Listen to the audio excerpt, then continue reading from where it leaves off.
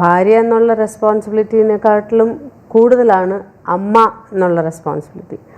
ഒന്നാമത് ഈ എക്സ്പീരിയൻസ്, അതായത് ഇപ്പം നമ്മൾ സാധാരണ വീട്ടിലൊക്കെ നമ്മുടെ ചേച്ചി, അനിയത്തി അല്ലെങ്കിൽ വീട്ടിൽ ആരെങ്കിലുമൊക്കെ കുട്ടികളെ കണ്ട് അവരെങ്ങനെയാണ് വളരുന്നതെന്നൊക്കെ നോക്കി ആ ഒരു ശീലമില്ല. ബോർഡിംഗ് സ്കൂളിലാണ് പഠിച്ചത്. എൻ്റെ വിചാരം നമ്മൾ കുട്ടീനെ ഉറങ്ങാൻ പറഞ്ഞാൽ ഉറങ്ങിക്കോളും, ആഹാരം കൊണ്ട് സ്പൂണ് വായിൽ കൊണ്ടുവന്നാൽ അവരങ്ങ് വാവിളിച്ച് തന്നോളും, കഴിച്ചോളും, ഉറങ്ങിക്കൊള്ളും.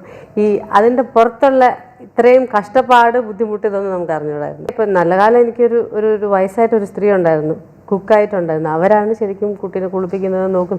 എനിക്കിപ്പോഴും കുട്ടികളെ കുളിപ്പിക്കാൻ അറിഞ്ഞൂടാ, നേരെ ചുവ എടുക്കാൻ അറിയില്ല. ഒരു 5-6 മാസം കഴിഞ്ഞപ്പം എല്ലാം ഞാൻ തന്നെ ചെയ്യാൻ തുടങ്ങി. മറ്റേ എനിക്ക് അറിഞ്ഞൂടാ. പിന്നെ നമുക്ക് മനസ്സിലായി ഇത് കുട്ടികളെ വളർത്തുക എന്ന് പറയുന്ന വലിയ പാടാണ്.